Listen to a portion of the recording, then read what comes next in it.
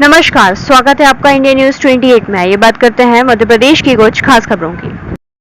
मंत्री जी की चुटकियों ने खूब हंसाया लोगों को। स्वास्थ्य राज्य मंत्री नरेंद्र पटेल कभी कभी अपने भाषणों के पूर्व छोटी छोटी चुटकियां लेते हैं, जिससे पूरा माहौल हास्य रस से पूर्ण हल्का फुल्का हो जाता है। आज भी कुछ ऐसा ही हुआ। स्वामी विवेकानंद जी के जन्म दिवस पर आयोजित सामूहिक सूर्य नमस्कार के उपरांत जब मंत्री जी के बोलने की बारी आई तो उन्होंने कहा, कौन कौन मेरा भाषण सुनना चाहता है?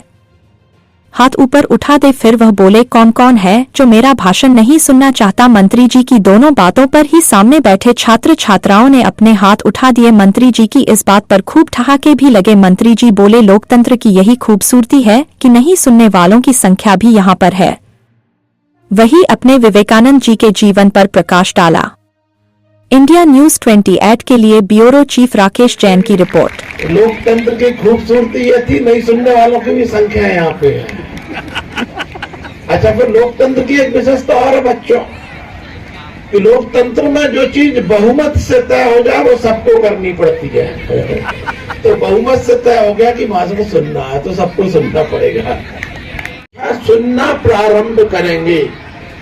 जिस जिसकी इच्छा इस मंच से बोलने की है, अच्छा हाथ खड़े करो। जिस जिसको लगता है कि आने वाले समय में उसको इस मंच से भाषण देना, हाथ खड़े करो। ऐसे बच्चे लोग, सबकी इच्छा होनी चाहिए, जिनकी नहीं है वो भी इच्छा करो।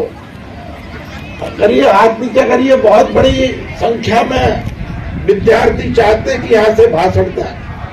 तो यहाँ से भाषण देने की सबसे पहली कला है, वो मैं सिखाता हूँ आपको। जो रहस्य वो आपको सिखाता हूँ कि यहाँ भाषण देने के योग्य बनने के लिए क्या करना है। वो उसका जो कहते हैं ना रहस्य, उसका मंत्र मैं आपको सिखाता हूँ। सबसे पहले अच्छा सुनना प्रारंभ करो। जितना सुनना प्रारंभ करोगे, मैंने पहले भी बता दिया था, अच्छा सुनना।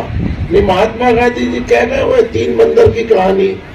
तो अच्छा बुरा सुनना नहीं, बुरा कहना नहीं, बुरा देखना नहीं, लेकिन अच्छा सुनना, ये सब लोग आदत डालो। आपस में बतियाना, यदि यहाँ खेल के मैदान में आज आप बंद कर दोगे तो कक्षा में भी जाके किसी को भी कम आयु में इस संसार को छोड़ के चले गए थे। यानी हम भी उनसे 15 साल ज्यादा जी लिए। स्वामी विवेकानंद जी हमसे 15 साल छोटे थे, उससे पहले ही संसार को छोड़ के चले गए। उनसे पहले भी एक महापुरुष हुए हैं, आद्य शंकराचार्य जी। वो तो लगभग 30-33 साल लोग उन्हें जन्म लिया है। ऐसी महान भूमि पर जन्म लेने वाले आप सभी बालक बालिकाओं के अंदर भी वही प्रतिभा है, वही ज्ञान है, केवल उसको जागृत करने की आवश्यकता है।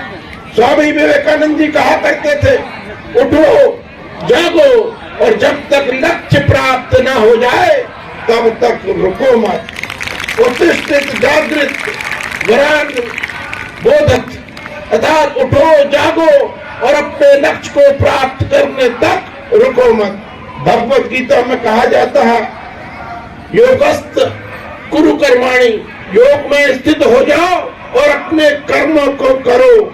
और योग की परिभाषा है समत्व योग उच्यते, यानी समत्व का भाव मन के अंदर लाओ। समत्व का अर्थ है, चाहे हमारा मान हो, चाहे अपमान हो, चाहे सम्मान हो, चाहे लाभ हो, चाहे हानि हो, परीक्षा में चाहे पास हो, चाहे फेल हो, चाहे सफलता मिले, चाहे विफलता मिले, किसी भी भाव में हो, लेकिन हर भाव में हमारे मन के अंदर केवल समत्व का भाव हो।